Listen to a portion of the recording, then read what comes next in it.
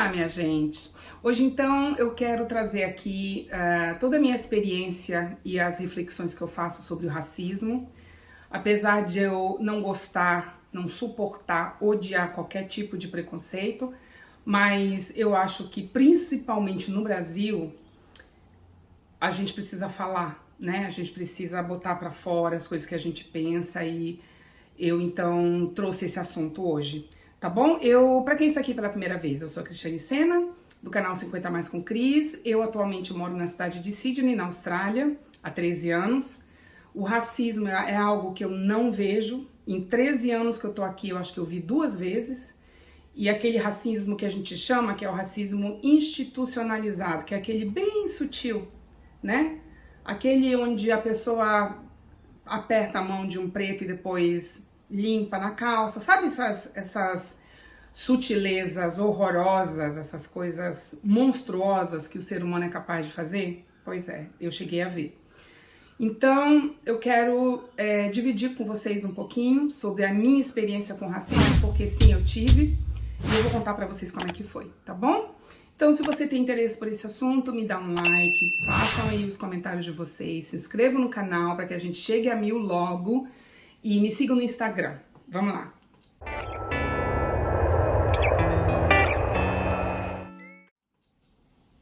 Ai, minha gente, um calor. Antes de mais nada, eu tenho que ficar puxando a minha blusa porque o meu diretor reclama, fala que eu tenho que puxar o tempo todo. Tô até já suando, ó. Bom, vamos lá. Todo qualquer tipo de preconceito é algo que eu abomino tanto, que assim, eu nunca nem me interessei por estudar sobre isso. E aí, recentemente, até para trazer aqui pro canal, eu falei, eu quero contar para eles a minha experiência e também quero trazer alguma informação. De repente, alguma pessoa que é racista e que esteja me assistindo vá ter um pouquinho de interesse de estudar para ver se vale a pena continuar ser assim, né? Dentro da pesquisa que eu fiz, minha gente, essa palavra racismo, ela apareceu pela primeira vez na mídia, na Europa, em 1902. Foi a primeira vez que se utilizou dessa palavra para explicar sobre as diferenças raciais.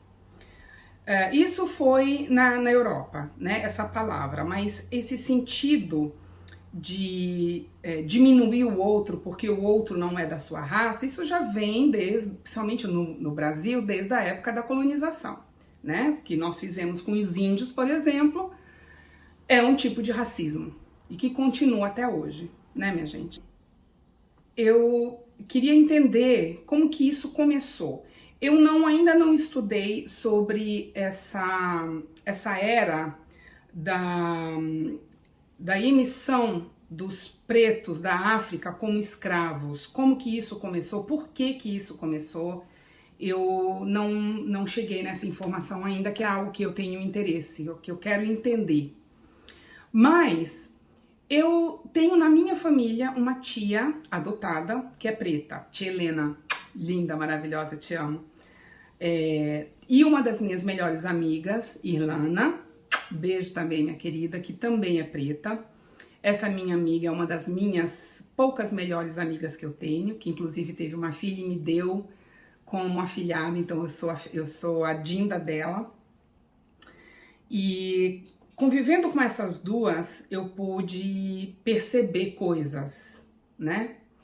Com a minha tia, nem tanto, porque ela foi criada dentro da nossa família, na sua maioria branca.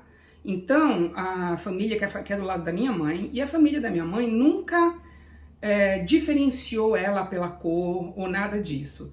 Tanto que, numa das nossas conversas, não sei se ela vai lembrar, ela me falou que ela só percebeu que ela era diferente da família pela cor, quando pela primeira vez em São Paulo, numa dessas boates aí, as minhas outras tias entraram e barraram ela não podia entrar.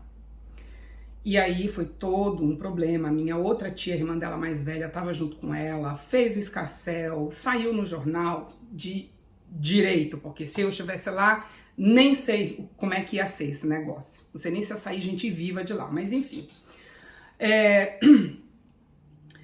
Então, com o tempo, E, assim, muito recentemente, eu assistindo uma entrevista da Thaís Araújo, uma das nossas atrizes pretas, essa que vocês estão vendo, a Thaís contou na entrevista que ela não ia passar para os filhos dela o que ela foi ensinada quando ela era criança. Os pais pretos disseram para ela: você tem que sair na rua sempre com seu RG e com o telefone da mamãe. Se você for andar na rua e ver um policial correndo, diminua a velocidade do seu andar, ande cada vez mais lento, porque se você correr, o policial vai achar que você está envolvida só pelo fato de você ser preto ou preta.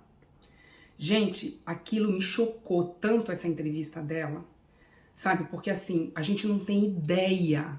A gente pensa que só porque não é com a gente não tem noção do que é a vida de uma pessoa de cor. Muito bem, eu assisti essa entrevista, fiquei passada, fiquei desesperada para falar com a minha amiga. Quando eu pude falar com ela, eu contei a história dessa entrevista e perguntei: você também foi assim? Você teve que ser criada assim? Ela falou para mim que não, porque ela tinha vindo do Maranhão para São Paulo, mas que em São Paulo sim. Quando ela percebia que tinha um policial correndo ou alguma blitz, qualquer coisa que fosse com outros, mas que fosse perto dela, ela não olhava, ela diminuía o passo e ela seguia. E eu pensei, eu falei, gente, eu, por ser branca, nunca minha mãe nem abriu a boca para falar sobre isso, sabe? Eu lembro sim da minha mãe pedir para eu andar sempre com o meu RG e com o telefone, porque caso acontecesse alguma coisa. Mas qualquer coisa, quer dizer, a pessoa só por ter a cor preta, ela já nasce e já tem que andar na rua atenta. É algo assim que realmente não dá, minha gente, não dá, eu não consigo, por mais que eu tente entender a lógica, e cada vez que eu vou atrás, cada vez que eu procuro, eu vejo que a coisa é mais ilógica ainda.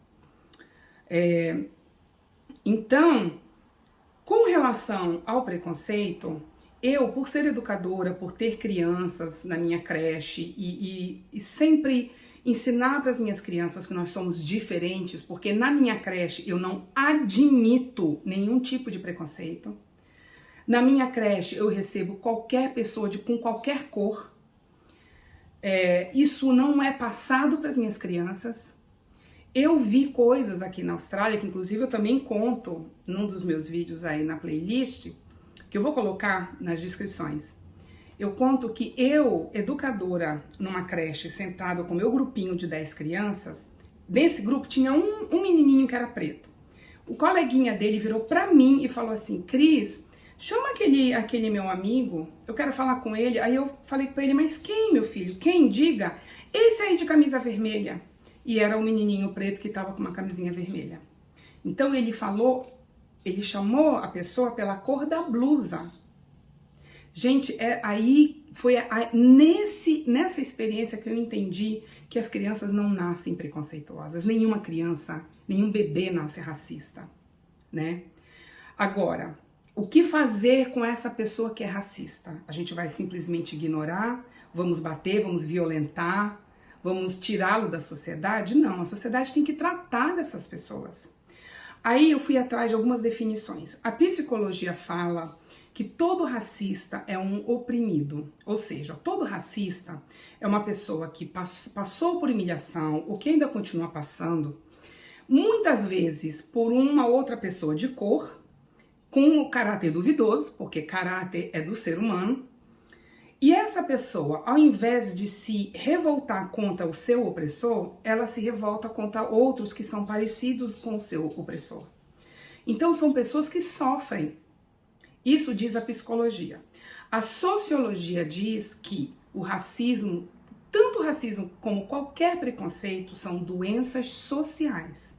Ou seja, são doenças e comportamentos que acontecem pela contaminação de teorias que um grupo de pessoas passa para o outro. Então é pela inter-relação da sociedade. Então, eu, depois de pesquisar um pouquinho mais e sempre pensar no racista, eu acho que se eu tiver aqui algum de vocês que sejam e que entendam que isso não é certo, existem duas coisas que pode tratar a pessoa racista. Primeiro é a psicoterapia e segundo é ser educado sobre as diferenças.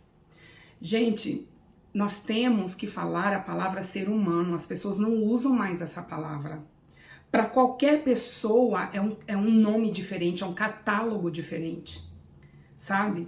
Essas bandeiras de homoafetivos, de feminismo, de pretos, de negros, eu acho isso importante, eu acho que eles têm que ir atrás do direito deles sim. Mas a gente não vai chegar em lugar nenhum só lutando desta forma.